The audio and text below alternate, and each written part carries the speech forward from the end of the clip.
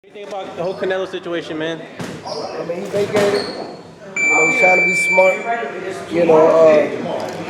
From what I think Canelo, definitely wants to fight. But I think his team is just being smart and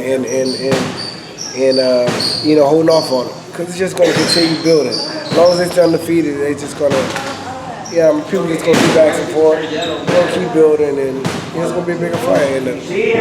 Ricky told me that he thinks the fight is big now, but it could be bigger later next year. Do you agree with that? For sure. Like I said, that's what they're doing, man. No reason to rush it. I understand just being boxing fans. I understand because we want to see it now. But as these fighters, when it comes to us, man, we think about business. You know what I'm saying? It's gonna be a bigger fight. When they say he's scared, you're a fighter, man. It's hard for me to say a fighter's scared when they get in the ring at time after time. That's what I'm saying. Like, you can't listen to critics, man. That's one thing I definitely learned throughout my career. Being a fighter, bro, you're not scared of no other man. Like, you're not. You know what I'm saying?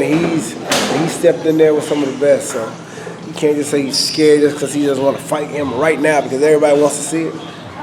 You know what I'm saying? He's thinking business-wise. And, later on, it'll definitely be a bigger fight. He can get in there when it's really lucrative for him. So then it makes more sense.